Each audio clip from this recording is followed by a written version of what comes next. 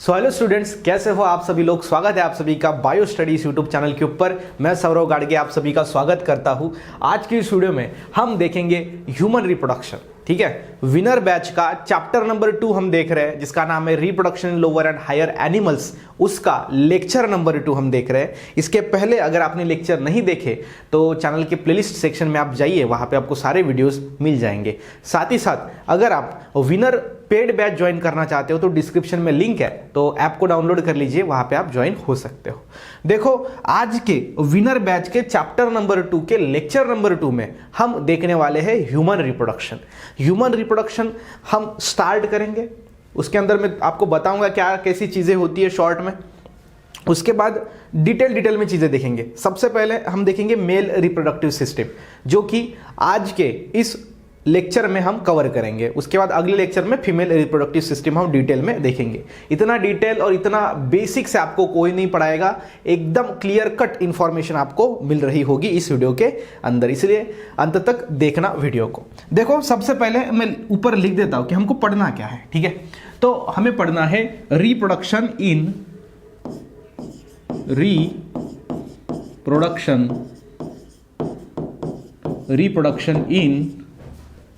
Human being या human. Reproduction in human, human के अंदर रिप्रोडक्शन कैसे होता है और वो हम देखेंगे। अब रिप्रोडक्शन इन ह्यूमन के अंदर हमें अलग अलग सिस्टम भी देखनी पड़ेंगी, male reproductive system, female reproductive system. उसके बाद फर्टिलाइजेशन कैसे होता है, गैमेटोजेनेसिस कैसे होता है, वो डिटेल में आगे आगे चैप्टर में हमको है। अब इसमें थोड़ा बेसिक मैं आपको बता देता हूं कि ह्यूमन आपकी रिप्रोडक्टिव सिस्टम में होता क्या है, बेसिक चीज। Okay, basic. अब देखो, सबसे पहला जो ह्यूमन रिप्रोडक्टिव सिस्टम है, इसके अंदर होता है गैमेटोजेनेसिस सबसे पहले। ओके, पहला तो फिजिकल ग्रोथ होगी। ओके, फिजिकल ग्रोथ में लिखता हूं पहले, फिजिकल ग्रोथ। ठीक है, फिजिकल ग्रोथ। यस, अगर मैंने आपको पूछा कि रिप्रोडक्शन में कितने इंडिविजुअल्स इन्वॉल्व होते हैं, मेनली सेक्सुअल रिप्रोडक्शन में तो 2 होते हैं। तो यहां पे रिप्रोडक्शन इन ह्यूमन के अंदर हमें 2 इंडिविजुअल चाहिए। ओके, कितने इंडिविजुअल चाहिए? 2। कौन से सर? एक चाहिए हमें मेल और दूसरा कौन सा चाहिए? फीमेल। एक मेल होना चाहिए और एक फीमेल होना चाहिए। ठीक है, तो पहले ये दोनों की क्या होगी? फिजिकल ग्रोथ होगी। मतलब जैसे इनका बर्थ हो गया, वहां से प्रोसेस स्टार्ट हो गई अगली वाली। ओके, तो उनकी पहले ग्रोथ होगी, वो आपका मेल या फीमेल, मतलब एक चाइल्ड या फिर बोल सकते हैं उसको डॉटर एंड बॉय, दोनों की डेवलपमेंट होगी। क्या होगी? डेवलपमेंट, जिसको हम बोलते हैं फिजिकल ग्रोथ। ठीक है, तो फिजिकल ग्रोथ पहले होगी। दूसरी चीज, जब फिजिकल ग्रोथ कंप्लीट हो जाएगी तब रिप्रोडक्टिव ग्रोथ चालू होगी। ठीक है, रिप्रोडक्टिव ग्रोथ। अब रिप्रोडक्टिव ग्रोथ में रिप्रोडक्टिव स्ट्रक्चर्स मैच्योर होना शुरू हो जाएंगे, वो सारी प्रोसेस वहां पे शुरू हो जाएगी। अब यहां पे दूसरे में रिप्रोडक्टिव ग्रोथ मतलब गैमेटोजेनेसिस हम यहां पे बोल सकते हैं। जेनेसिस, जिस प्रोसेस में गैमेट फॉर्म होते हैं उसको बोला जाता है गैमेटोजेनेसिस। तो पहले फिजिकल ग्रोथ होगा, उसके बाद वो बॉय एंड वो डॉटर, वो बॉय एंड वो गर्ल के अंदर क्या होगा? गैमेटोजेनेसिस होगा। अब गैमेटोजेनेसिस में अभी फिर आगे हम 2 टाइप लिखेंगे। ठीक है, 2 टाइप। एक में स्पर्म, अब जिसमें स्पर्म बनेगा वो हो गया स्पर्मेटोजेनेसिस। ठीक है, देखो बायोलॉजी में 50% इंफॉर्मेशन तो उसके नाम में ही है। स्पर्मेटोजेनेसिस, जेनेसिस मतलब फॉर्मेशन एंड स्पर्मेटो मतलब स्पर्म, जिस प्रोसेस के अंदर स्पर्म बनते हैं उसको बोला जाता है स्पर्मेटोजेनेसिस। उसके बाद गैमेटोजेनेसिस, दोनों को कलेक्टिवली बोला जाता है गैमेटोजेनेसिस। अब जिस प्रोसेस में ओहम बनता है यानी कि फीमेल गैमेट, तो उस प्रोसेस को बोला जाता है oogenesis। ठीक है, ये आपको ध्यान में रखना है, oogenesis, ये आपका स्पर्मेटोजेनेसिस, और दोनों को कलेक्टिवली क्या बोलेंगे? गैमेटोजेनेसिस। यस सर, ओके, ये समझ में आ गया। तो फिजिकल ग्रोथ हो गई, अब गैमेट्स भी बन गए। आगे जाके तीसरी प्रोसेस जो रहेगी ह्यूमन रिप्रोडक्शन में, वो रहेगी आपकी फर्टिलाइजेशन। ठीक है, मेल एंड फीमेल कांटेक्ट में आएंगे और जो मेल गैमेट है एंड फीमेल गैमेट है उनका क्या होगा? फ्यूजन होगा, कॉम्बिनेशन होगा, जिसको बोला जाता है फर्टिलाइजेशन। ठीक है, उसके बाद 4, जब फर्टिलाइजेशन होगा तो फर्टिलाइजेशन के बाद क्या बनता है आपका? जाइगोट, और जाइगोट से क्या बनता है? एम्ब्रियो, और जाइगोट एम्ब्रियो में कन्वर्ट होने की प्रोसेस को हम क्या बोलते हैं? एम्ब्रियोजेनेसिस। तो फर्टिलाइजेशन के बाद क्या हम लिख सकते हैं? क्या होगा? तो एम्ब्रियोजेनेसिस होगा। अब 50% इंफॉर्मेशन उसके नाम में ही है, एम्ब्रियो और जेनेसिस मतलब फॉर्मेशन। जिस प्रोसेस के अंदर जाइगोट से एम्ब्रियो बनता है उस प्रोसेस को हम क्या कहते हैं, एम्ब्रियोजेनेसिस कहते हैं। समझ में आ रहा है? यस सर, बहुत डिटेल में। अब 5th वाली प्रोसेस, जैसे ही आपका एम्ब्रियोजेनेसिस कंप्लीट हो जाएगा उसके बाद जो है वो जो बेबी है वो मदर की बॉडी में वैसे ही वो रहता है। कितने दिन तक? 3 महीने तक, ठीक है, वो आपको पता है। अब 3 महीने तक पहला ट्राइमेस्टर, दूसरे 3 महीने तक तीसरा ट्राइमेस्टर, और तीसरे 3 महीने मतलब 3 महीनों का 3 टाइम्स उसका ट्राइमेस्टर उसको बोलता है। ट्राई मतलब 3, मिस्टर मतलब मंथ। तो इसीलिए यहां पे कितना टाइम लगेगा फिर? 9 मंथ का। और उस टाइम पीरियड में जो प्रोसेस होगी, मतलब बेबी मदर के बॉडी के अंदर डेवलप हो रहा होगा, उस प्रोसेस को बोला जाता है गेस्टेशन। क्या बोला जाता है? गेस्टेशन। तो मैंने यहां पे लिख दिया गेस्टेशन। तो क्या होगा आगे? एम्ब्रियोजेनेसिस के बाद गेस्टेशन होगा, वो टाइम लगेगा उसकी डेवलपमेंट के लिए। और उसके बाद 6ठा नंबर की जो प्रोसेस होगी वो होगी परचुरेशन, मतलब जिस प्रोसेस में जो बेबी हो वो मदर के बॉडी से बाहर आएगा। ठीक है, तो ये आपको ध्यान में रखना है परच्यूरेशन के बारे में। मतलब कि आप देख सकते हो पहले फिजिकल ग्रोथ हुई, गैमेटोजेनेसिस हुआ, फर्टिलाइजेशन हुआ, एम्ब्रियोजेनेसिस हुआ, गेस्टेशन, परच्यूरेशन, और परच्यूरेशन होने के बाद जो हमारे पास 2 मेल एंड फीमेल मतलब एक बॉय और एक गर्ल इन्वॉल्व थे, आफ्टर दैट यहाँ पे हमारे पास 3 लोग इन्वॉल्व होंगे। ओके, यहाँ पे इस प्रोसेस होने के बाद हमें कितने लोग मिलेंगे? 3। एक होगा मेल, मेल मतलब एक होगा फादर बोल सकते हैं, यस और नो? यस। तो गेस्टेशन पीरियड आपका जैसे ही हो जाएगा आपके पास एक होगा फादर प्लस मदर, और जो तीसरा इंडिविजुअल होगा वो होगा फीटस। मतलब कि ऊपर आप देख सकते हो 2 लोगों से 3 लोग बने हैं, मतलब ये जो फीटस है वो यहाँ पे न्यू फॉर्म हुआ है, इसलिए इस प्रोसेस को बोला जाता है रिप्रोडक्शन, रिपीट प्रोडक्शन। अब ये आगे चल के ऐसे ही प्रोसेस चलती रहेंगी। रिप्रोडक्शन बहुत इंपॉर्टेंट होता है। किसी भी स्पेसिस को अपना अर्थ के ऊपर अगर एग्जिस्टेंस मेंटेन करना है तो रिप्रोडक्शन चाहिए।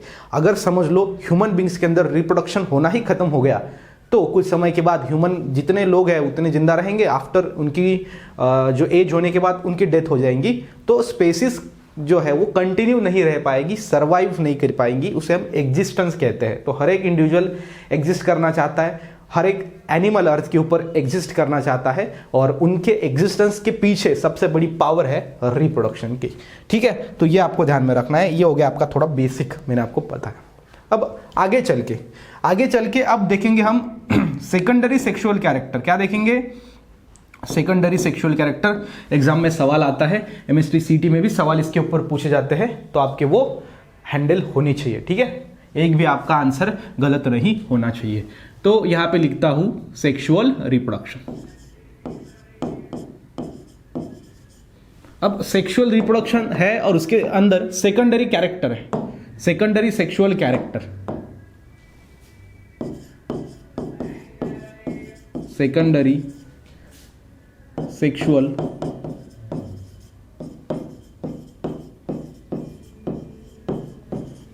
Sexual characters in human. किसके अंदर? ह्यूमन के अंदर। Okay, so secondary sexual character in humans वो हम देखेंगे। अब secondary sexual character in human की अगर हम बात करते हैं तो यहां पे दोनों के अंदर देखना पड़ेगा ना। दोनों के मतलब सर कौन किस के अंदर का? पहले तो मेल के अंदर कौन से सेकेंडरी सेक्सुअल कैरेक्टर होते हैं, और फीमेल के अंदर कौन से सेकेंडरी सेक्सुअल कैरेक्टर होते हैं। तो ये आपको क्या करना पड़ेगा? समझना पड़ेगा। ठीक है, यस सर। तो ये आपको ध्यान देना पड़ेगा। यहाँ पे इसका एफ कैपिटल लेंगे ताकि अच्छे से समझ में आ जाए। ओके, फीमेल, मेल और फीमेल। अब देखो सेकेंडरी सेक्सुअल कैरेक्टर्स वो होते हैं जो रिप्रोडक्टिव ग्रोथ कंप्लीट होने के बाद या फिर मैच्योरिटी या फिर अडल्ट होने के बाद वो डेवलप होते हैं। और आपको इसके ऊपर एमसीक्यू पूछा जाता है, सीईटी में पूछा जाता है कि which of the following are the secondary sexual character of female, या फिर कौन सा भी नीचे में से नहीं है, ऐसे प्रकार के सवाल पूछे जाते हैं। आईएमपी है, इंपॉर्टेंट है। तो देखो सबसे पहला तो मेल के अंदर बियर्ड डेवलप होता है, बियर्ड, ठीक है, दाढ़ी आती है, बियर्ड। उसके बाद मुस्टैच, मुस्टैच आता है। मस्कुलर बॉडी बनती है, मसल्स डेवलप होते हैं, मस्कुलर बॉडी, थर्ड नंबर का secondary sexual character muscular body. उसके बाद जो लैरिंग्स है उसका एनलार्जमेंट हो जाता है, लैरिंग्स, एनलार्जमेंट ऑफ लैरिंग्स लिखेंगे, क्या लिखेंगे, enlargement of लैरिंग्स, enlargement of लैरिंग्स, okay, yes.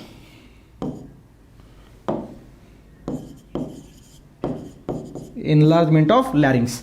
अब लैरिंग्स क्या है, तो एक बोन होता है या फिर ये रेस्पिरेटरी सिस्टम के अंदर एक इंपॉर्टेंट बोन होता है जो कि आप देख सकते हो यहां पे होता है। अब ये जो लैरिंग्स है वो एनलार्ज हो जाता है, उसकी साइज बढ़ती है और उसको ही हम एक अलग भाषा में या फिर उसको ही जो आपका बायोलॉजी है उसके अंदर बोला जाता है Adam's apple.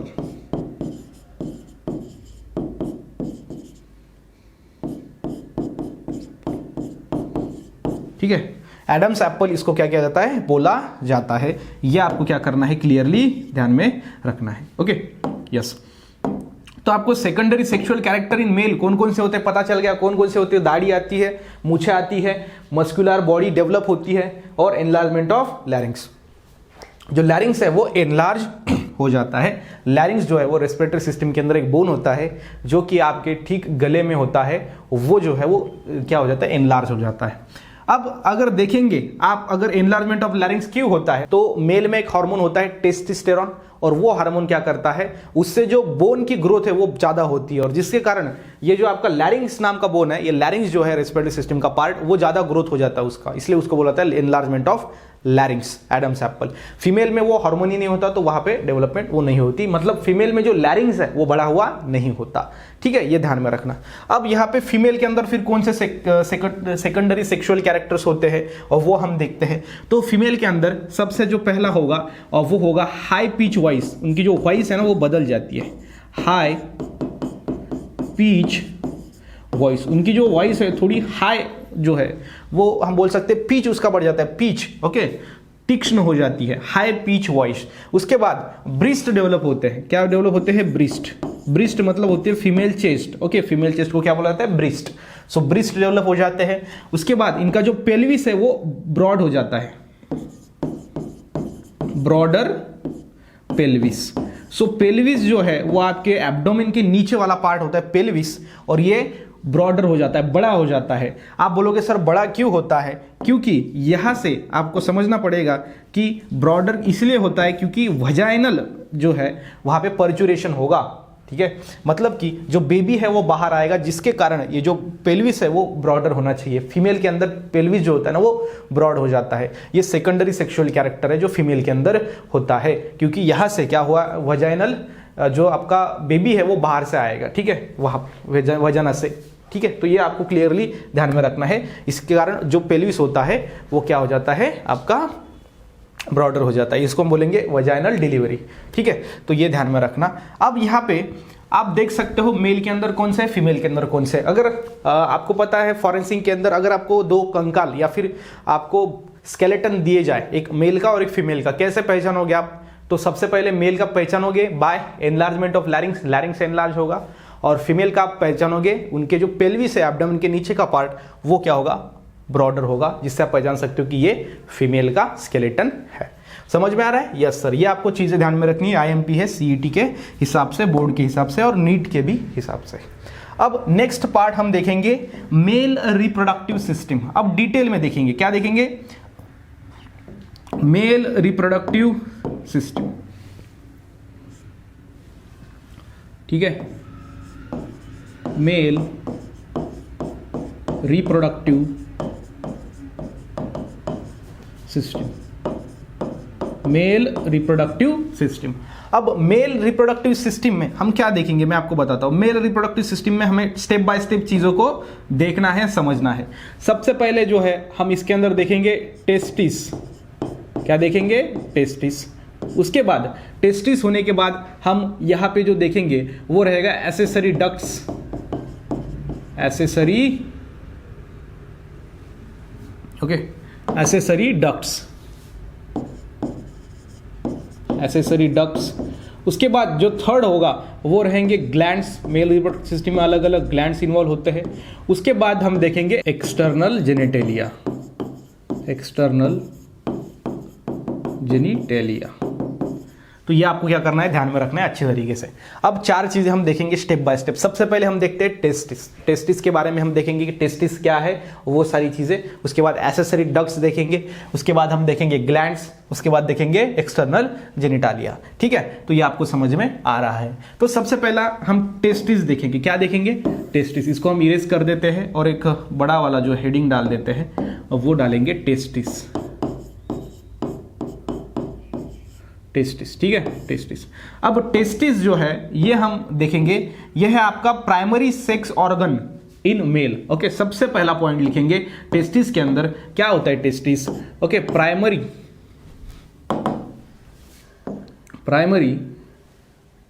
Sex organ. Number भी नहीं डालेंगे इसको, ठीक है, पॉइंट्स लिखते हैं। पहला primary sex organ in male. Male के अंदर प्राइमरी सेक्स ऑर्गन कौन सा होता है, तो आपका टेस्टिस होता है। ध्यान रखना अच्छी तरीके से। अब टेस्टिस जो होता है वो कहां पे पाया जाता है, अब ये मेसोडर्मल होता है बॉडी के बीच में, बरोबर, यस। सो इसीलिए इसको बोला जाता है मेसोडर्मल इन ओरिजिन। कहां पे होता है वो, मेसोडर्मल इन ओरिजिन। उसके बाद ये लोकेटेड होता है एक पाउच के अंदर, ठीक है, located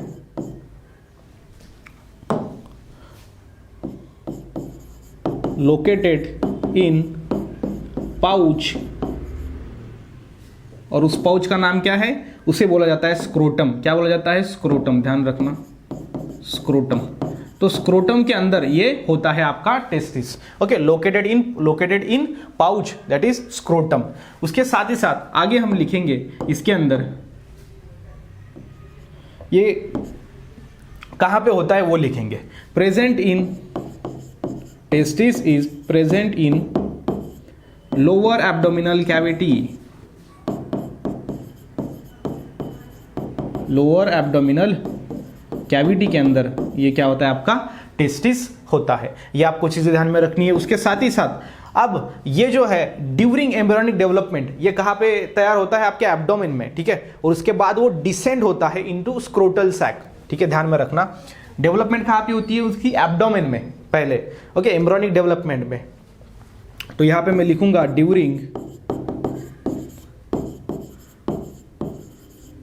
embryonic development it descend, वो नीचे डिसेंड होता है, descend into scrotal sac. Abdomen से नीचे स्क्रोटल सैक में, मतलब स्क्रोटम के अंदर। स्क्रोटम में 2 सैक होते हैं, एक राइट और लेफ्ट वाला, उसको बोला जाता है scrotal sac. Okay, so during embryonic development it descend into scrotal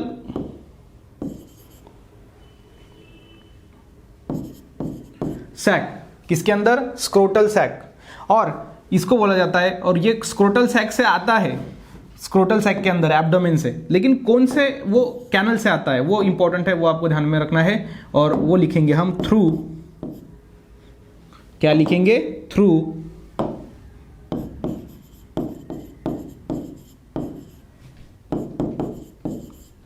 इंजाइनल canal.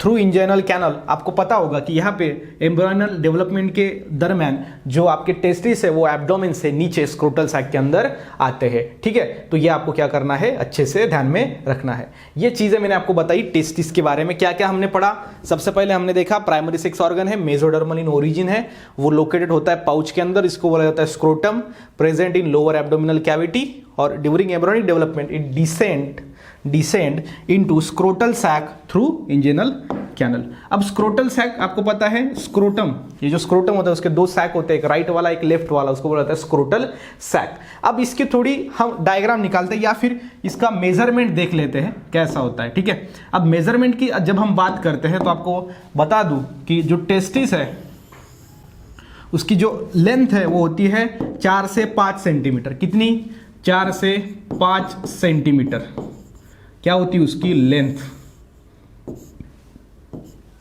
कितनी होती है, 4 से 5 सेंटीमीटर। उसकी जो यहाँ पे ब्रीथ है, ओके, या फिर उसको विड्थ भी बोलेंगे, ब्रीथ, ये जो रहती है वो रहती है आपका 2 से 3 सेंटीमीटर, 2 से 3 सेंटीमीटर। और साथ ही साथ उसकी जो थिकनेस रहती है, थिकनेस, ठीक है, थिकनेस रहती है आपकी 3 सेंटीमीटर। तो ये आपको क्या करना है, ध्यान में रखना है। थिकनेस कितनी रहेगी, 3 सेंटीमीटर। ये आपका 4 to 5 सेंटीमीटर इसकी लॉन्ग रहेगा, ठीक है, लेंथ रहेगी, और ये आपकी ब्रीथ रहेगी। तो ये आपको क्या करना है, अच्छे से ध्यान में रखना है अबाउट द टेस्टिस, ठीक है।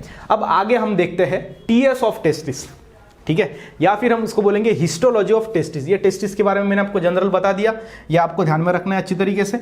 आगे मैं आपको बताता हूं TS of testis. TS of testis, testis के अंदर क्या होता है, ट्रांसवर्स सेक्शन जिसे बोला जाता है, टीएस ऑफ टेस्टिस। अब स्टूडेंट कंफ्यूज है यहाँ पे, कभी कभी आपको पता है स्पेलिंग इसका टीएस ऐसा होता है, कभी टीएस होता है, टीआईएस। अब देखो टीआईएस जब है ना, तब हम सिर्फ एक ही टेस्टिस की बात कर रहे हैं। अगर कलेक्टिवली बोला जाए तो होता है टीएस और टीएस, टेस्टिस, तो वो होता है कलेक्टिवली। दोनों की जब हम बात करते हैं तो हमको टीएस ये स्पेलिंग लिखना पड़ेगा, और जब हम सिर्फ एक सिंगल टेस्टिस की बात करते हैं तब हमें टीआईएस ये लिखना पड़ेगा। तो हम सिंगल टेस्टिस की बात करें तो टीएस ऑफ टेस्टिस। अब टीएस ऑफ टेस्टिस जब हम देखते हैं तो हमें पता चलता है कि टीएस के ऊपर आपका जो टेस्टिस है उसके ऊपर कितने लेयर है, 3 लेयर है। कितने लेयर है, 3, और कौन से है वो मैं आपको बताता हूँ। सबसे पहले एक लेयर, उसके ऊपर एक लेयर है, और उसके ऊपर, मतलब कितने लेयर का बना हुआ है आपका टेस्टिस, 3 लेयर उसके ऊपर पाए जाते हैं। अब सबसे पहला बाहर का जो लेयर होता है उसको बोला जाता है, अंदर का लेयर को क्या बोला जाता है वो भी देखेंगे, और सबके अंदर का मतलब इनर मोस्ट लेयर को क्या बोला जाता है। तो एक शॉर्ट ट्रिक भी मैं आपको बताऊंगा। सबसे पहला जो बाहर की लेयर होती है उसको बोला जाता है ट्यूनिका अल्बुजिनिया, ओके, सॉरी, ट्यूनिका अल्बुजिनिया नहीं होगा, ट्यूनिका वेजनलिस होगा, ठीक है, ट्यूनिका वेजनलिस। उसके अंदर का होगा ट्यूनिका अल्बुजिनिया, ट्यूनिका अल्बुजिनिया, ओके, और उसके अंदर का जो होगा वो होगा ट्यूनिका वॉस्कुलोसा, वॉस्क्यूलोसा। तो ये आपको ध्यान में रखना है। सबसे बाहर का ट्यूनिका वेजनलिस, उसके अंदर का ट्यूनिका आपका हो गया अल्बुजिनिया, और उसके अंदर का हो गया ट्यूनिका वॉस्कुलोसा। आप बोलोगे सर इसको ध्यान में कैसे रखें, इसकी ट्रिक्स क्या है सर? तो ट्रिक्स बहुत सिंपल है, मैं आपको बताता हूं। यहाँ पे आपको ध्यान में रखना है वेज, ओके, VAG, लेकिन वेज यहाँ पे रखना है आलू, ओके, AL, वेज आलू वॉस्कुलर, वॉस्कुलर मतलब स्मूथ होता है, ठीक है, इसलिए आप ध्यान में रख सकते हो वेज आलू वॉस्कुलर, tunica vaginalis, tunica albuginea, tunica वॉस्कुलोसा।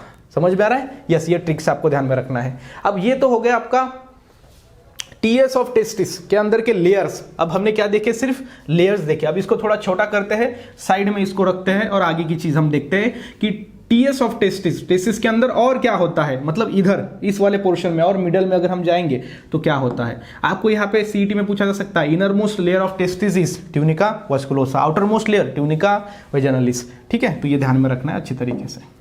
अब इसको हम क्या करेंगे, थोड़ा छोटा करेंगे, और जो है यहाँ पे इसको थोड़ा साइड में जो है रख देते हैं, ठीक है। तो ये हमने इधर या फिर इस साइड पे इसको क्या करेंगे, रख देंगे टीएस ऑफ टेस्टिस के लेयर्स को, ओके। अब आगे हम देखते हैं, आगे जब हम बात करेंगे टीएस ऑफ टेस्टिस के अंदर और क्या क्या है, तो मैं आपको लिखता हूँ, सीधे सीधे पॉइंट्स हम लिखेंगे। पहला पॉइंट रहेगा, ओके, थोड़ा इसकी साइज बढ़ा देता हूँ। सबसे पहला पॉइंट रहेगा, ओके, ईच टेस्टिस कंटेन, क्या रहेगा, ईच टेस्टिस, हर एक टेस्टिस के अंदर, इसको बोला जाता है ईच टेस्टिस, IS एक सिंगल है इसके कारण, ईच टेस्टिस कंटेन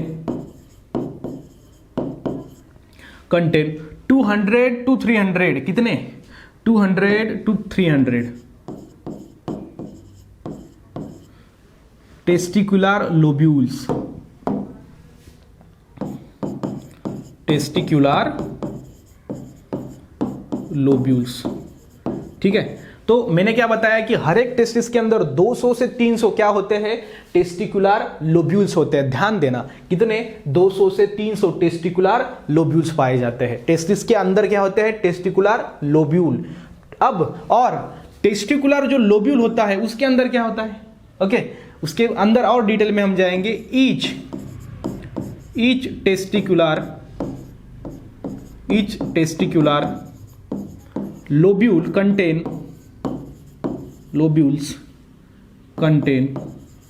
क्या होता है, फिर टेस्टिकुलर लोब्यूल के अंदर क्या होता है। अब टेस्टिस के अंदर टेस्टिकुलर लोब्यूल होता है और टेस्टिकुलर लोब्यूल के अंदर होते हैं 1 to 4 हाईली कॉइल्ड, ओके, क्या होते हैं, 1 से 4 होते हैं 1 to 4 हाईली कॉइल्ड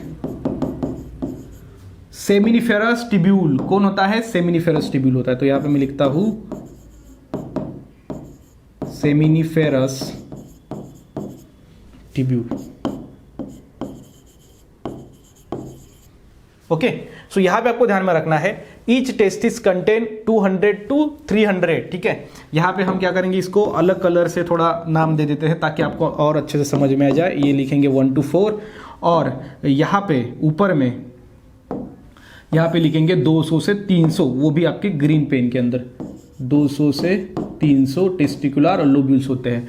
और ये जो टेस्टिकुलर लोब्यूल है इसको जो है हम नाम देंगे आपका किससे, आपके पिंक कलर से, ठीक है, यस, टेस्टिकुलर लोब्यूल्स। अब देखो थोड़ा कलर इसके अंदर यूज करने के कारण थोड़ा इजी लग रहा होगा कि ईच टेस्टिस के अंदर 200 to 300 टेस्टिकुलर लोब्यूल्स होते हैं और हर एक टेस्टिकुलर लोब्यूल के अंदर आपको 1 से 4 हाईली कॉइल्ड सेमिनिफेरस टिब्यूल्स मिलते हैं।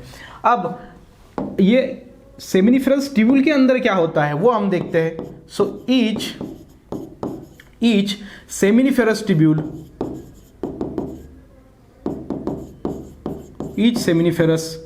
टिब्यूल कंटेन क्या होता है, each seminiferous tubule contain Sertoli cell. क्या होता है इसके अंदर और हम पिंक कलर लेंगे और लिखेंगे सर्टोली सेल, इसको ही बोला जाता है, और सस्टेंटाकुलर सेल, ठीक है। मुझे लगता है आपको समझ में आया होगा। एकदम आसान भाषा में मैंने आपको समझाया कि टेस्टिस के अंदर क्या है। सबसे पहले तो हमने उसकी लेयर देखे, टेस्टिस के लेयर देखे, कितने होते हैं, 3। अब हर एक टेस्टिस के अंदर कितने 200 से 300 टेस्टिकुलर लोब्यूल होते हैं और हर एक लोब्यूल के अंदर सेमिनिफेरस टिब्यूल्स होते हैं 1 से 4, ओके, नॉट 104 1 से 4, ओके, 1 से 4 तक जो है वहाँ पे सेमिनिफेरस टिब्यूल्स रहेंगे और हर एक सेमिनिफेरस टिब्यूल्स के अंदर क्या रहेंगे, सर्टोली सेल और सस्टेंटाकुलर सेल, ठीक है। यहाँ तक हम आ गए। सबसे पहले लेयर, उसके अंदर का मटेरियल और यहाँ पे डायग्राम, मतलब कितनी कंसेप्ट क्लियर होगी देखो। अब मैं आपको यहाँ पे डायग्राम बना के बताता हूँ। डायग्राम में भी बहुत सिंपल होगा, ठीक है, ओके। अब हम बनाएंगे इसकी डायग्राम, ओके। अब ये जो मैंने बनाया है ये है आपका टेस्टिकुलर लोब्यूल, ठीक है। क्या बनाया है, टेस्टिकुलर लोब्यूल, फर्स्ट नंबर का। तो मैंने यहां पे लिख देता हूं, ये है आपका टेस्टिकुलर लोब्यूल। क्या लिखेंगे, टेस्टिकुलर लोब्यूल, टेस्टिकुलर लोब्यूल। अब हर एक टेस्टिकुलर लोब्यूल के अंदर मैंने बताया कितने होते हैं, 1 से 4 तक क्या होते हैं, सेमिनिफेरस टिब्यूल्स होते हैं, यस और नो, यस सर। तो मैं इसके अंदर क्या निकालूंगा, सेमिनिफेरस टिब्यूल्स निकालूंगा। अब आपको जो है कलर का पेन लेंगे हम, जिससे आपको आसानी से समझ में आ जाएगा, या फिर एक ही कलर ले लेते हैं। अब इसके अंदर क्या निकालेंगे हम, सेमिनिफेरस टिब्यूल्स 1 से 4 होते हैं, तो हम बीच में का आंकड़ा यहाँ पे निकाल लेंगे और वो रहेगा आपका 3। क्या रहेगा, 3 सेमिनिफेरस टिब्यूल्स हमने निकाल दिए। टेस्टिकुलर लोब्यूल के अंदर क्या निकाले, सेमिनिफेरस टिब्यूल निकाले, ठीक है। तो यहां पर हम नाम दे देते हैं, ये क्या है आपका, सेमिनिफेरस टिब्यूल,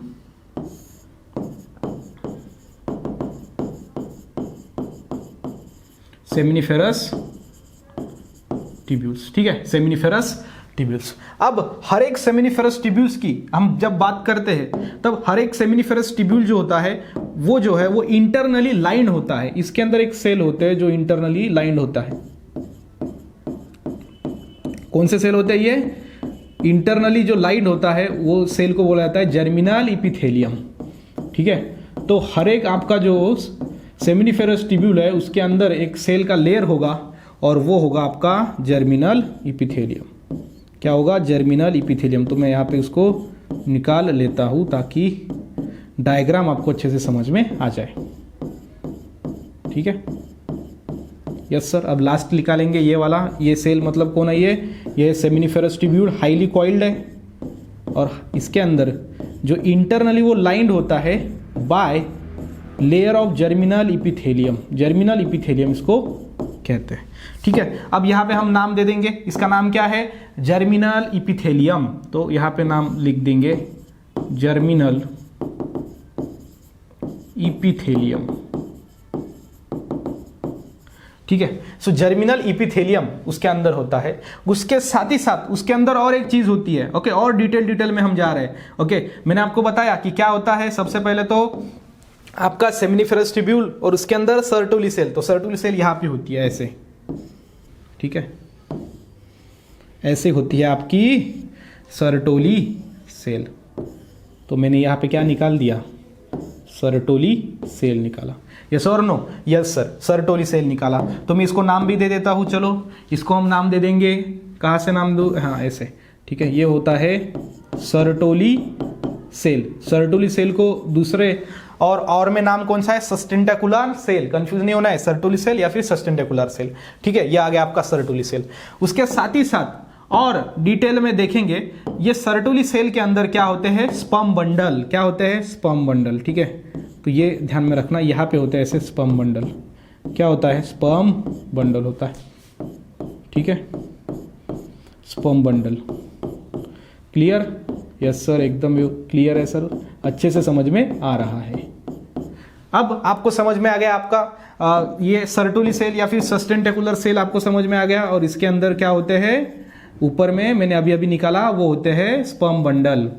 ठीक है, और वो स्पर्म बंडल जो है वो क्या बनाते हैं? आपका स्पर्म बनाते हैं। ध्यान में रखना। तो इसको नाम दे देते हैं एक बार। ये हो गया आपका स्पर्म बंडल।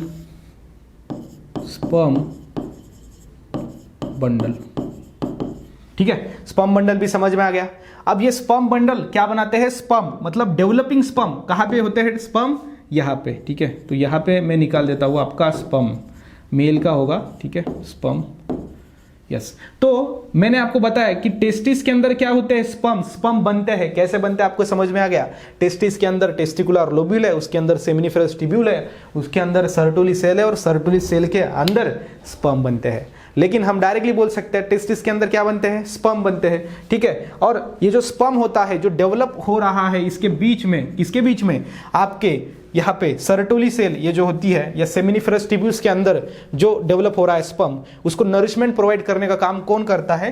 तो आपका सर्टोली सेल करता है। ध्यान देना, सर्टोली सेल उसको नरिशमेंट प्रोवाइड करने का काम करता है। बहुत इंपॉर्टेंट, एग्जाम में आपको सवाल पूछा जाएगा। ठीक है, तो ये आप स्पर्म देख सकते हो। बहुत सारे स्पर्म होते हैं और ये स्पर्म बंडल भी हमने निकाले। ठीक है, उसके साथ ही साथ और क्या हम बताएंगे इसके अंदर? अब यहाँ पे येलो कलर का हम थोड़ा यहाँ पे डॉट निकाल देंगे। ऐसे जो सेल्स है वो इसके अंदर होते हैं। यस, ठीक है। यस, इस तरीके से आपकी जो किताब है उसके अंदर डायग्राम है। ज़्यादा डिटेल में हम नहीं निकालेंगे, ओवरऑल तो हो ही गया। अब उसके साथ ही साथ कुछ चीज़ें बची है, वो है कि ये दोनों आपके जो सेमिनिफेरस ट्यूब्यूल्स है उसके बीच में कुछ सेल्स होते हैं। ठीक है, इसके बीच में कुछ सेल्स होते हैं और ये सेल्स को क्या बोला जाता है पता है? ये सेल को बोला जाता है इंटरस्टिशियल सेल। क्या बोला जाता है? Interstitial cell. तो इसको हम नाम दे देंगे और हम रेड कलर का पेन ले लेते हैं और यहाँ पे नाम दे देंगे इंटरस्टिशियल सेल। और ये इंटरस्टिशियल सेल को ही दूसरा नाम है इसका लीडिंग सेल। लीडिंग सेल, ध्यान में रखना, इंटरस्टिशियल सेल और लीडिंग सेल जो दो सेमिनिफेरस ट्यूब्यूल्स के बीच में पाए जाते हैं। और इसके अंदर मटेरियल होता है जैसे कनेक्टिव टिश्यू है, वो सारी चीजें आपको यहाँ पे मिल जाएंगी। तो हम एक नाम दे सकते हैं कनेक्टिव टिश्यू का। थोड़ा इसको हम बढ़ाएंगे साइज को, और ये हमने बना दिया आपका कनेक्टिव टिश्यू। ठीक है, यस, तो ये हो गया आपका कनेक्टिव टिश्यू। ठीक है, तो मुझे लगता है कि आपको ये समझ में आ गया है TS of testis. TS of testis के अंदर हमने ये सारी चीजें देखी। तो आप यहाँ पे देख सकते हो, यहाँ पे हमने देखा टीएस ऑफ टेस्टिस, उसके लेयर देखे, उसके अंदर सारी चीजें डिटेल्ड में हमने देखी। टीएस ऑफ टेस्टिस की ये क्या होगी, आपकी डायग्राम होगी। ठीक है, यहाँ पे मैं लिख देता हूँ वैसे आपके लिए, TS of testis, TS of testis. ठीक है, टीएस ऑफ टेस्टिस। ओके, चलो फिर आगे देखते हैं। अब हमारा क्या हो गया, मैंने आपको बताया सबसे पहले टेस्टिस तो खत्म हो गया, और 3 चीज बाकी है। उसके बाद टेस्टिस के बाद दूसरा जो पॉइंट हमें है वो है एसेसरी डक्ट्स। एसेसरी डक्ट्स क्या है, अब एसेसरी डक्ट्स है। अब एसेसरी डक्ट्स कौन सी होती है इसके अंदर? डक्ट्स मतलब क्या, जैसे पाइपलाइन, सिंपल में पाइप्स जो कैरी करते हैं स्पर्म्स को, टेस्टिस से स्पर्म पेनिस के बाहर कैसे निकलता है, वो सारी चीजें मैं आपको इस वीडियो में बताऊंगा। सबसे पहले तो हम यहाँ पे टेस्टिस की डायग्राम आपको निकालनी पड़ेगी, उसके अंदर कैसे सारी चीज होती है मैं आपको बताऊंगा। बहुत डिटेल में, सिंपल में ये सारा कंसेप्ट मैं आपको पढ़ाऊंगा। अब देखो, ये हम टेस्टिस निकालेंगे एक। ठीक है, ये हमने निकाल दिया टेस्टिस। अब जो है, अब आपको इसके अंदर क्या होता है वो देखने की जरूरत नहीं है। अब हम देखेंगे सिर्फ डक्ट्स। डक्ट्स मतलब पाइपलाइंस। पाइपलाइंस कौन सी होती है वो देखेंगे। अब सेल वगैरह कुछ नहीं, वो तो हमने पहले ही देख लिया है कि नहीं। Yes sir. अब इसके अंदर देखते हैं हम कहाँ पे कैसी सारी चीजें होती है। देखो, सबसे पहले यहां से एक जो है वो डक्ट्स आती है। डक्ट इसको बोलेंगे, क्या बोलेंगे, डक्ट्स। यस, क्या होती है ये, डक्ट्स होती है। उसके बाद यहां से दूसरी डक्ट होती है। ठीक है, यस, ये हो गई आपकी दूसरी डक्ट। बहुत डिटेल में और इतना इजी आपको कोई नहीं पढ़ाएगा बायोलॉजी। उसके अंदर एक होती है, यहाँ पे नीचे नेटवर्क होता है, वो हम बनाएंगे ये वाला ऐसा नेटवर्क। ठीक है, यस सर, ये हो गया आपका नेटवर्क। ठीक है, ये होता है ऐसा नेटवर्क। उसके साथ यहाँ पे आपको समझना है कि इसके अंदर लोब्स होते हैं। क्या होते हैं, लोब्स। वो भी हम कलर से निकालेंगे एक। तो इसके अंदर हम यही कलर लेंगे। तो पहले हम इसके टेस्टिकुलर लोब्यूल निकाल लेते हैं। टेस्टिकुलर लोब्यूल, ठीक है, ये हो गया था आपका लोब्यूल। तीसरा, चौथा, ऐसे 200 से 300 लोब्यूल इसके अंदर होते हैं टेस्टिस के अंदर। यस और नो? Yes sir. अब यहाँ पे इसके अंदर ऐसे हम डक्ट्स निकाल लेंगे। ठीक है, यस,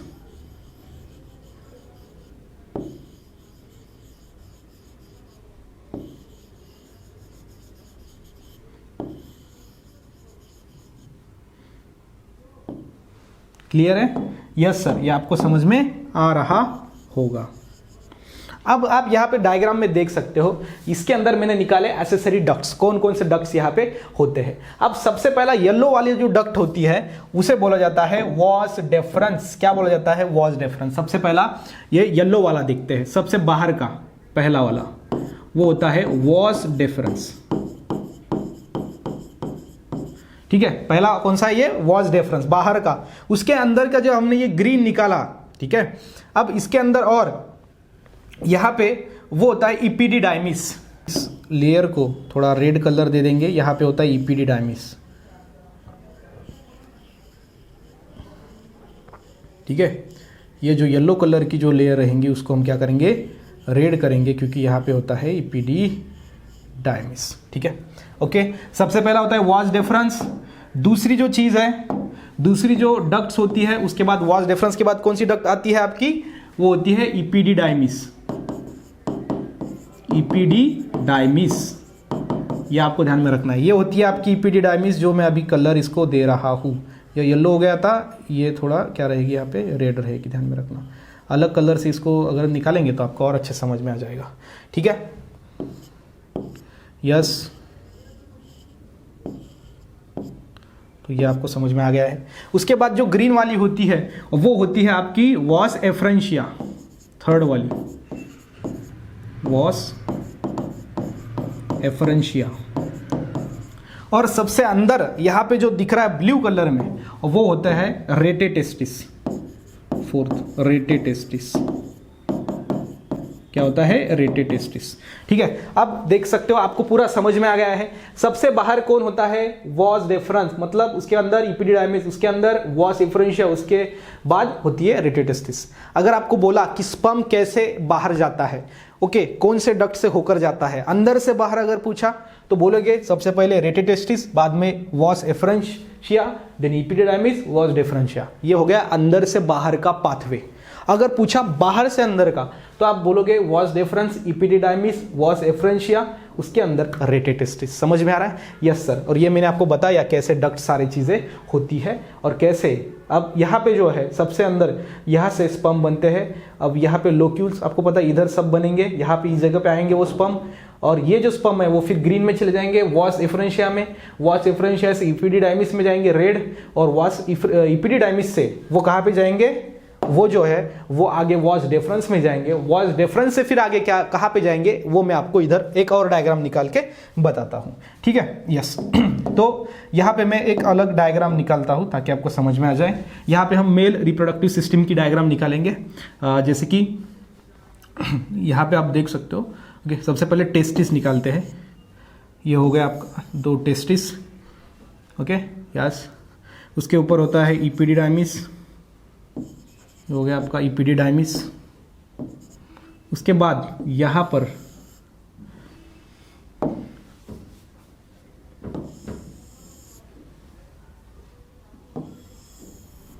ठीक है, यस, यहां पे ये हो गया वॉस डेफरेंस आपका। ठीक है, ये जो डक्ट मैंने अब निकाल रहा हूं ये होती है वॉस डेफरेंस। आगे मैं आपको नेमिंग कराऊंगा उसमें भी बताऊंगा। ठीक है, ये होती है आपकी वॉस डेफरेंस, थोड़ी बड़ी हो गई, ओके, एक जैसी होती है। तो ये हो गया आपका वॉस डेफरेंस। ठीक है, उसके बाद आगे यहाँ पे एक चीज़ होगी और वो कि ये ऐसा यूरिनरी ब्लैडर होगा। क्या होगा? Urinary bladder. ठीक है, ऊपर से यूरिन आएंगी इसके अंदर थ्रू यूरेटर्स। तो जो अभी जो मैं निकाल रहा हूँ तो वो यूरेटर है जो यूरिन को कैरी करता है। तो ये आपका यूरिनरी ब्लैडर होगा। उसके बाद यहाँ पर अब यहाँ पे ग्लैंड्स होती है, अलग अलग ग्लैंड्स। तो ये यूरिनरी ब्लैडर है। ठीक है, यूरिनरी ब्लैडर के जस्ट अबव एक ग्लैंड होती है जो मैं अभी ये जो स्काई ब्लू कलर है उससे मैं डिनोट कर रहा हूँ। ये जो ग्लैंड होती है वो होती है सेमिनल वेसिकल, ध्यान में रखना। और हमको आगे डिटेल में वो पढ़ना है, वहाँ पर भी मैं आपको बताता हूँ। Seminal vesicle gland. ओके, उसके बाद आगे यहाँ पे नीचे अगर आएंगे हम तो यहाँ पे प्रोस्टेट ग्लैंड होती है, यहाँ पे आपकी बल्बो यूरेथ्रल ग्लैंड होती है, और ये हो गया आपका urinogenital tract. Okay, yes sir, urinogenital tract.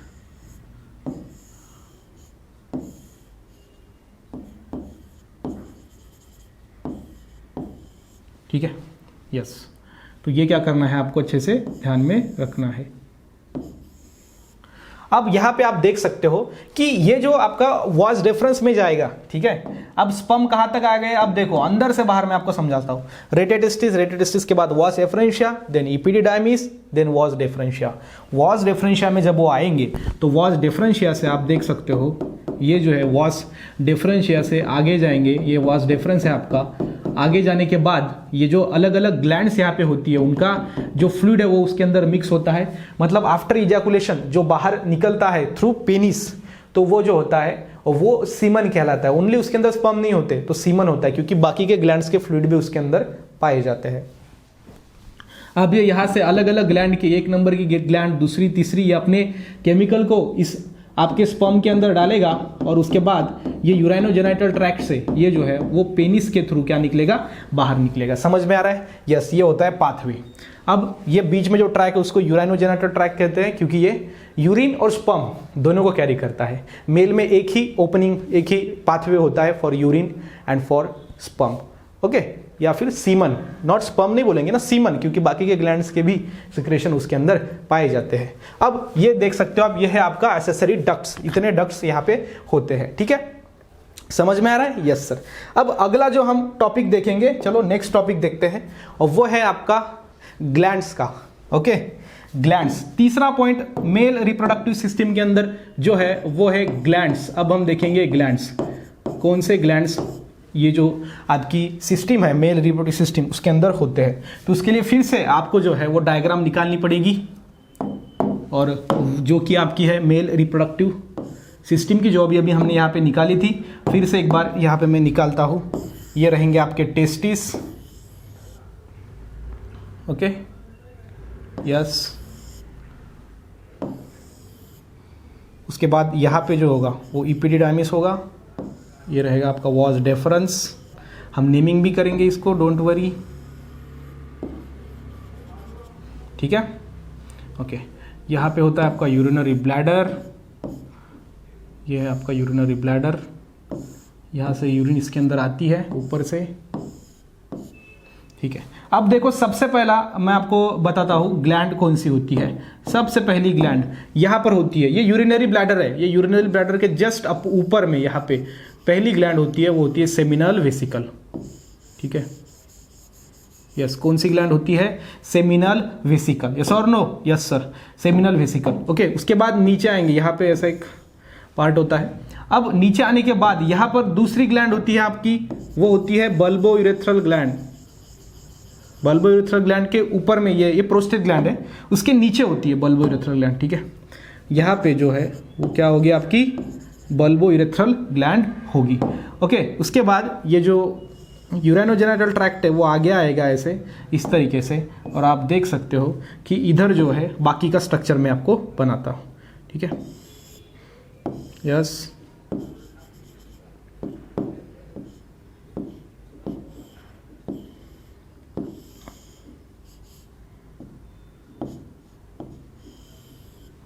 Okay, yes, ये आपको क्या करना है, ध्यान में रखना है अच्छे तरीके से।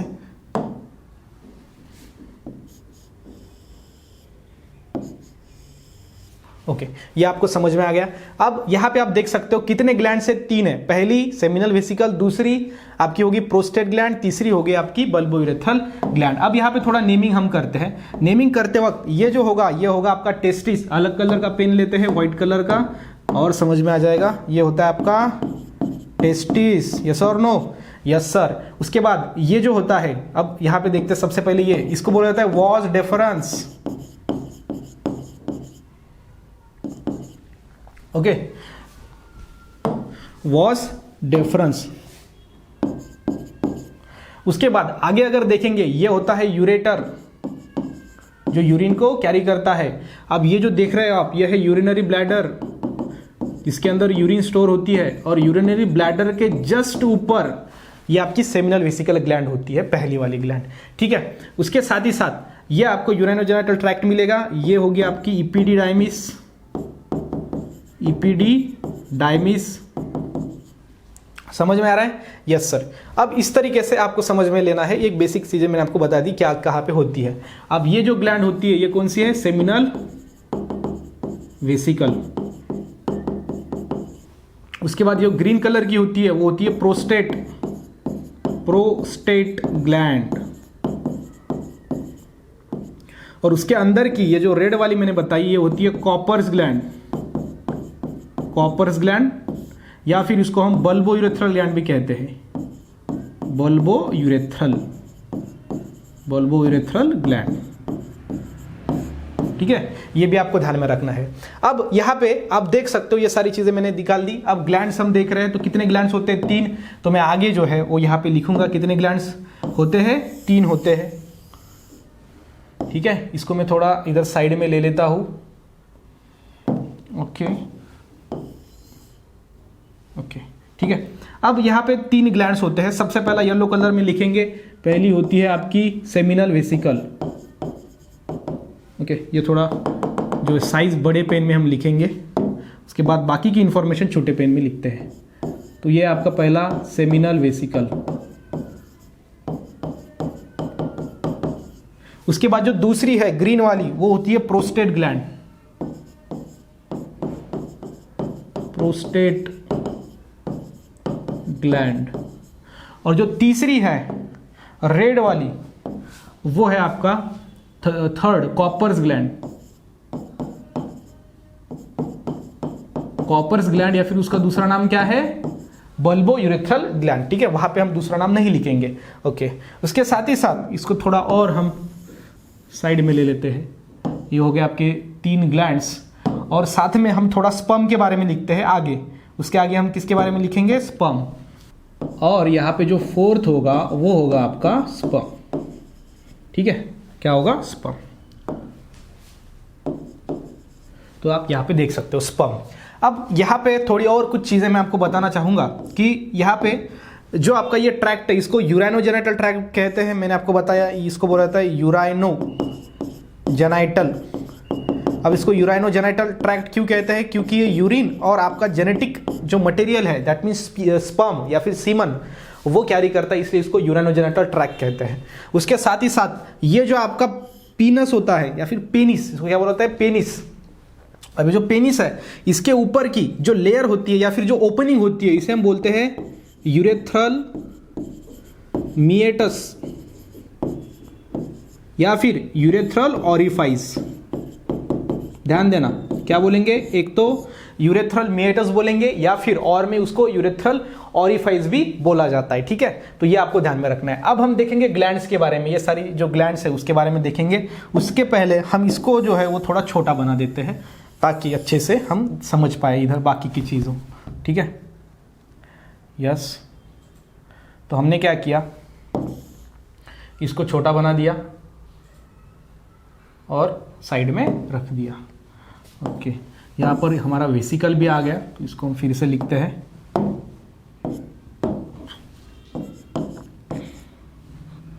ओके, 1 मिनट, ज़्यादा बड़ा हो गया वेसिकल। Okay, vesicle. ठीक है, अब आप यहाँ पे देख सकते हो हमारे पास ग्लैंड 4 है, seminal vesicle, prostate gland, Cowper's gland and आपका है स्पर्म। अब जो आप यहाँ पे देख सकते हो इसके एक पॉइंट हम यहाँ पे लिखेंगे। अब देखो पहला पॉइंट क्या होगा कि जो आपका सेमिनल वेसिकल है ये पेयर्ड है, 2 में है, 1 और 2, इसलिए इसको क्या बोलेंगे, पेयर्ड। मतलब ये पेयर्ड होती है। अगर प्रोस्टेट ग्लैंड की बात करें तो ये सिंगल है, एक ही है, तो ये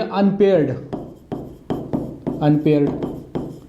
उसके बाद कॉपर्स ग्लैंड जो है वो भी पेयर्ड, देखो दोनों साइड से है ना, इसलिए इसको बोला जाता है पेयर्ड।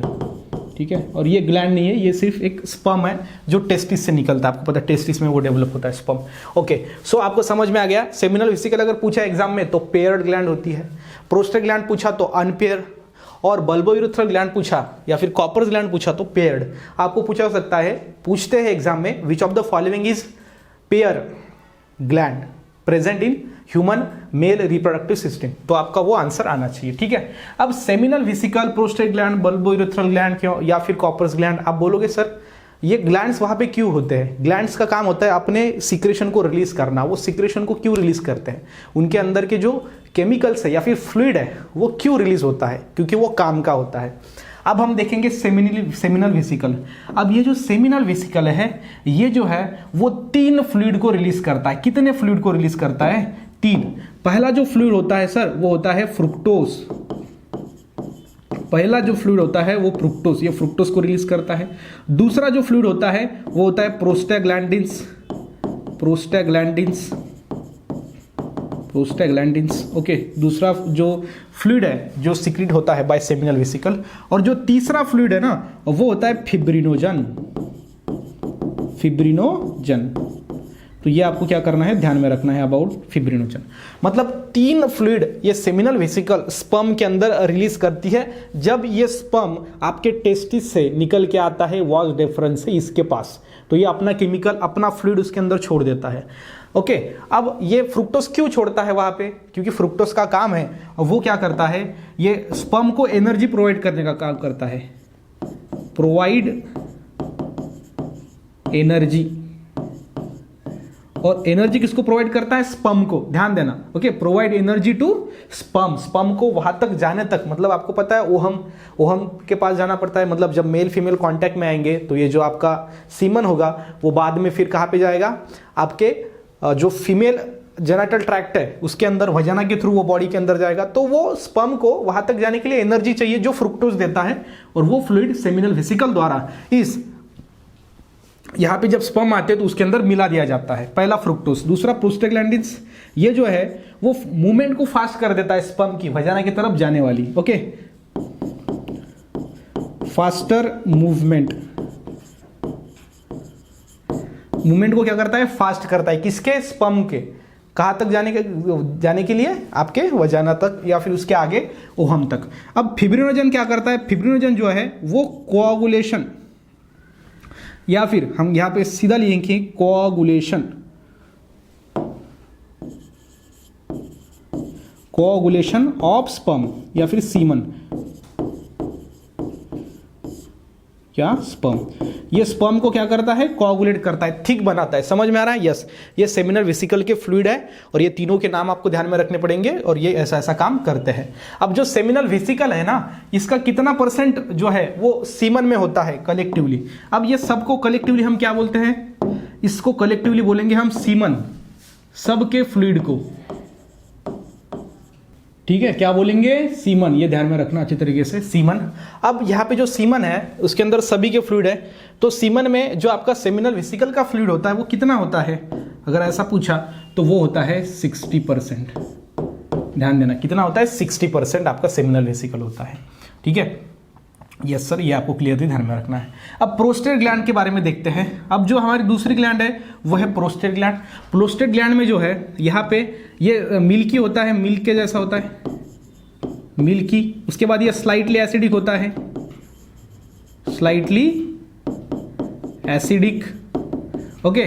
और इसका जो फंक्शन होता है, ये क्या करता है? Protect sperm from acidic environment, acidic environment of vagina. जो फीमेल का वजाइना है उसके अंदर जो एसिडिक एनवायरमेंट है उससे ये स्पर्म को प्रिवेंट करने वाला प्रोस्टेट ग्लैंड का फ्लूइड होता है, वो प्रोस्टेट ग्लैंड रिलीज करती है। अब आगे देखते हैं आपकी कॉपर्स ग्लैंड, या फिर इसको ही हम बल्बोयूरेथ्रल ग्लैंड भी कहते हैं। ये बल्बोयूरेथ्रल ग्लैंड में एक सिंपल में ध्यान में रखना है, ये सिर्फ लुब्रिकेटिंग फ्लूइड का काम करता है। Lubricating fluid, yes, okay, lubricating fluid. मतलब कि जब मेल और फीमेल कांटेक्ट में आते हैं उस प्रोसेस को बोला जाता है कॉप्यूलेशन। उस कॉप्यूलेशन में जो है एक स्मूथनेस आए, इसके कारण ये जो कॉपर्स ग्लैंड है वो क्या करता है? अपना जो फ्लूइड है वो रिलीज करता है। ये आपको क्या करना है? अच्छे से ध्यान में रखना है इसके अंदर, ठीक है। वो हो गया आपका कॉपर्स ग्लैंड। आप बोलोगे सर सेमिनल वेसिकल का 60% परसेंटेज होता है सीमन के अंदर, तो ये प्रोस्टेट ग्लैंड का कितना होता है? तो इसका होता है 30%। कितना? 30%, ओके। और जो कॉपर्स ग्लैंड है उसका कोई यहाँ पे परसेंटेज नहीं होता, ये सिर्फ लुब्रिकेटिंग फ्लूइड का काम करते हैं, सीमन के अंदर उसका परसेंटेज नहीं होता। और जो बाकी का अभी देख सकते हो आप कितना बचा है? 10% जो है वो आपका क्या होता है? उसके अंदर स्पर्म होता है। ध्यान देना, मतलब इजैकुलेशन के बाद जो पेनिस होता है उसके बाहर जो गिरता है वो सिंपल में स्पर्म नहीं है, उसके साथ साथ अदर ग्लैंड्स के फ्लूइड भी उसके अंदर है। ये बात आप क्लियर समझ लो। अब अगर हम स्पर्म की बात करें तो स्पर्म आपको पता है एक इजैकुलेशन के अंदर नियर अबाउट 400 मिलियन स्पर्म्स जो है वो क्या होते हैं? रिलीज होते हैं। और हमको सिर्फ एक चाहिए फर्टिलाइजेशन के लिए। फर्टिलाइजेशन के लिए कितना चाहिए? सिंगल, सिर्फ एक ही स्पर्म चाहिए। यह आपको क्या करना है? ध्यान में रखना है। इसके अंदर seminal vesicle, prostate gland, Cowper's gland and आपका हो गया स्पर्म, ठीक है। इसके कलेक्टिवली ये फ्लूइड को क्या बोला जाता है? सीमन बोला जाता है। इतना डिटेल में आपको कोई नहीं पढ़ाएगा यूट्यूब के ऊपर। अगली स्लाइड देखते हैं। अब अगली स्लाइड के अंदर क्या देखेंगे? अगली स्लाइड जो हमारी होगी लास्ट, वो होगी एक्सटर्नल जेनिटालिया। एक्सटर्नल जेनिटालिया देखेंगे, यस। तो मैं ऊपर में लिख देता हूं, हमारे ग्लैंड्स भी हो गए, अब बाकी है सिर्फ एक्सटर्नल जेनिटालिया, ओके। सीमन के बारे में सारी चीज़ें हम देखेंगे। अब जो सीमन है ना, वो आपको पता है कैसे बाहर निकलता है इजैकुलेशन प्रोसेस होने के बाद। और ये जो सीमन है इसके अंदर आपको पता होगा कि इसका जो पीएच है वो हम लिखते हैं, पीएच कितना होता है इसका 7.7 जो है इसका पीएच होता है। किसका? आपके सीमन का, ध्यान रखना। ओके, सीमन का। उसके साथ ही साथ अगर इसके अंदर और हम डिटेल में देखेंगे तो यहाँ पे ये जो है ना वो स्लाइटली अल्कलाइन होता है। कैसा होता है? अल्कलाइन। अल्कलाइन मतलब क्या? बेसिक। ये होता है अल्कलाइन। और एक इजैकुलेशन में कितने ml जो है सीमन बाहर निकलता है? 2.4 to 4 ml। इतना सीमन जो है वो एक इजैकुलेशन के अंदर बाहर निकलता है। ओके, ये हो गया आपका सीमन के बारे में। इसके अंदर कितने मिलियन स्पर्म होते हैं सीमन के अंदर? 400 मिलियन स्पर्म्स होते हैं, आपको पता होगा। ठीक है, 400 मिलियन स्पर्म होते हैं इसके अंदर, आपके सीमन के अंदर। ठीक है, ये आपको करना है। और फर्टिलाइजेशन के लिए कितना चाहिए? सिर्फ एक सिंगल फर्टिलाइजेशन के लिए इंपॉर्टेंट होता है, लेकिन 400 मिलियन स्पर्म जो है वहाँ पे प्रोड्यूस होते हैं, क्योंकि वहाँ तक पहुँचते पहुँचते कुछ जो स्पर्म होते हैं वो वहाँ पे उनकी मूवमेंट करना स्टॉप कर देते हैं, कुछ डीमोटलाइज इसको बोलेंगे हम, कुछ जो है वो डिस्ट्रॉय हो जाते हैं, और सिर्फ आपके ओहम तक कुछ हज़ार स्पर्म ही, हज़ार के आसपास, हज़ार मतलब सम थाउजेंड्स जो स्पर्म्स रहेंगे वो आपके ओहम तक पहुंचेंगे, और उसमें से सिर्फ एक सिंगल क्या होगा? आपका जो ओहम है उसको फर्टिलाइज करेगा। अगर कभी कभी एक ही समय पे अगर 2 स्पर्म अंदर चले गए तो वहां पे फिर क्या होता है? ट्विंस बनते हैं। ये आपको ध्यान में रखना है। वो रेयर कंडीशन में होता है, नॉर्मली एक ही स्पर्म ओहम को फर्टिलाइज करता है। समझ में आ रहा है? यस, ये हो गया आपका सीमन के बारे में। उसके बाद और एक चीज देखेंगे हम, स्क्रोटम। ठीक है, स्क्रोटम के बारे में भी थोड़ा हमको डिटेल में थोड़ा देखना पड़ेगा, क्योंकि वो इंपॉर्टेंट है। स्क्रोटम आपको पता है वो पाउच के तरह होता है जिसके अंदर टेस्टिस है। ठीक है ना? यस, ये स्क्रोटम, इसके अंदर क्या होते हैं? आपके टेस्टिस। ओके, क्या होते हैं? टेस्टिस। अब स्क्रोटम जो है इसके अंदर स्क्रोटल सैक होते हैं। क्या होता है ये? इसको क्या बोलेंगे? Scrotal sac. अब ये हो गया राइट स्क्रोटल सैक, ये हो गया आपका राइट स्क्रोटल सैक, ये हो गया आपका left scrotal sac, left scrotal sac. समझ में आ रहा है? Yes sir. अब इसके अंदर ये जो स्क्रोटम होता है ना, इसे हम बोलते हैं थर्मो रेगुलेटर। ठीक है, अब ये स्क्रोटम को थर्मो रेगुलेटर क्यों बोलता है? क्योंकि ये बॉडी टेम्परेचर को मेंटेन करता है, इसलिए इसको बोला जाता है थर्मो रेगुलेटर। समझ में आ रहा है? यस सर, स्क्रोटम को क्या बोला जाता है? Thermo regulator. और ये बॉडी टेम्परेचर को कैसे मेंटेन कर पाता है? क्योंकि इसके अंदर एक स्पेशल टाइप के मसल्स होते हैं जिसको बोला जाता है डार्टोस मसल्स। कौन से मसल्स? Dartos muscles. और डार्टोस मसल्स होने के कारण ये क्या करता है? अपने बॉडी टेम्परेचर को वो मेंटेन करता है। अगर बॉडी का टेम्परेचर समझ लो 40 डिग्री सेल्सियस या फिर उससे ज़्यादा है, तो ये जो टेस्टिस है, टेस्टिस का टेम्परेचर नॉर्मली जो है वो 2 से 3 डिग्री सेल्सियस बॉडी टेम्परेचर से क्या होगा? लेस रहेगा। बॉडी टेम्परेचर से जो है वो क्या होगा? लेस रहेगा। ये आपको ध्यान में रखना है अच्छे तरीके से। इसके अंदर स्क्रोटम के अंदर ये स्क्रोटम होता है, ये सारी चीज़ें आपको समझनी है। और ये मैंने आपको सीमन के बारे में बताया।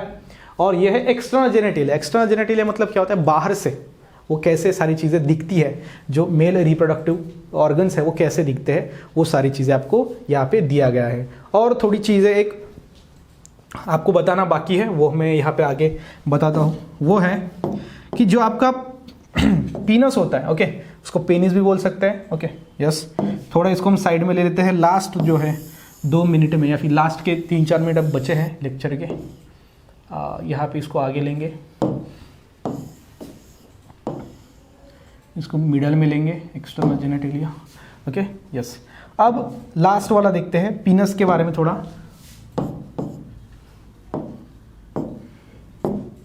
Yes, penis. अब इसके अंदर ना इरेक्टाइल टिश्यू होती है। क्या होते हैं? Erectile tissue. और कितने इरेक्टाइल टिश्यू होते हैं? 3 इरेक्टाइल टिश्यू इस आपके पेनिस के अंदर होते हैं। कितने? 3 इरेक्टाइल टिश्यू मतलब ग्रुप ऑफ सेल, और जिसके कारण ये क्या होता है? इरेक्ट होता है। इरेक्शन जो है पेनिस के अंदर ये टिश्यू के कारण आता है। अब कितने टिश्यू है? 3 टिश्यू होते हैं। अब टिश्यू कौन सा है सर? तो देखो सबसे पहले तो यहाँ पे बाहर के 2 टिश्यू होते हैं ऐसे, ओके। उसके बाद एक मिडल में एक टिश्यू होता है, ठीक है, ये ध्यान में रखना। ये आपका क्या है? पेनिस है, क्लियर है। तो बाहर के जो 2 टिश्यू है ना, जो बाहर के टिश्यू होते हैं उनको बोला जाता है कॉर्पोरा कॉवर्नोसा, ठीक है, कॉर्पोरा कॉवर्नोसा, ये बाहर के टिश्यू है। और एक मिडल जो होता है ना, वो होता है कॉर्पस, ठीक है, कॉर्पस स्पॉन्जियोसम,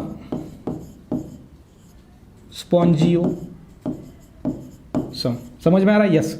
सो बाहर के जो इरेक्टाइल टिश्यू है 2, जो कि मैंने ग्रीन में यहाँ पे बनाए, ठीक है, ये वाला लिखेंगे ग्रीन में, और बीच में जो होता है व्हाइट वाला वो होता है कॉर्पस स्पॉन्जियोसम। ये आपको ध्यान में रखना है। मतलब कि जो आपका पेनिस है उसके अंदर 3 इरेक्टाइल टिश्यू होते हैं, उसमें से बाहर के जो 2 होते हैं वो है आपका कॉर्पस, अंदर का कॉर्पस स्पॉन्जियोसम और बाहर के कॉर्पोरा कॉवर्नोसा। समझ में आ रहा है? Yes sir. ये चीज़ें आपको ध्यान में रखनी है इरेक्टाइल टिश्यू के बारे में।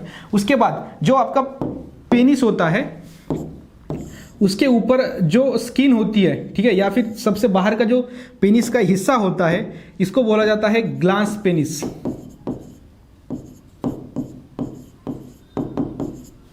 Okay, glans penis. उसके साथ ही साथ ये जो पेनिस होता है बाहर में, उसके ऊपर एक लेयर होती है या फिर वो जो स्किन होती है जो इस पेनिस को कवर करती है ऊपर से स्किन, उस स्किन को बोला जाता है फोर स्किन। क्या बोला जाता है इसको? फोर स्किन, ठीक है। मैं यहाँ पे लिखता हूँ फोर स्किन, तो इसको एक फोर स्किन नाम है। या फिर और में हम उसको क्या बोलते हैं? प्रीप्यूज। ध्यान में रखना, और में इसको क्या बोलेंगे? प्रीप्यूज, ओके। तो ये आपको क्या करना है? अच्छे से ध्यान में रखना है। स्पेलिंग थोड़ा और अच्छे से लिखते हैं, प्रीप्यूज, ठीक है। सो फोर स्किन को दूसरा नाम क्या है? प्रीप्यूज, ठीक है। तो ये आपको ध्यान में रखना है। This is about the external genitalia, बाहर से पेनिस कैसा दिखता है, या फिर मेल रिप्रोडक्टिव सिस्टम कैसी दिखती है, जिसके अंदर सीमन थोड़ा डिस्कस कर लिया। उसके बाद स्क्रोटम के बारे में मैंने अभी आपको यहाँ पे बताया, और उसके बाद यहाँ पे है ये पेनिस के बारे में। और एक चीज़ बहुत इंपॉर्टेंट है स्क्रोटम के बारे में, मैं आपको बताता हूँ। जो आपका स्क्रोटम है ना, वो कहाँ पे होता है? एम्ब्रियोनिक डेवलपमेंट के दरमियान वो आपके एब्डोमेन में होता है। कहाँ पे होता है? एब्डोमेन में। एब्डोमेन से फिर बाद में वो नीचे जाता है, नीचे मतलब स्क्रोटल सैक के अंदर। तो पहले वो एब्डोमेन में था, उसके बाद वो स्क्रोटल सैक के अंदर आया।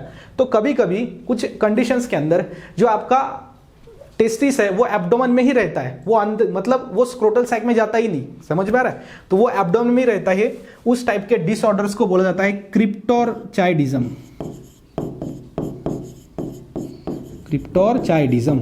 इसके ऊपर आप एग्जाम में सवाल आएंगे, एमएसटी सीटी में बहुत इंपॉर्टेंट है।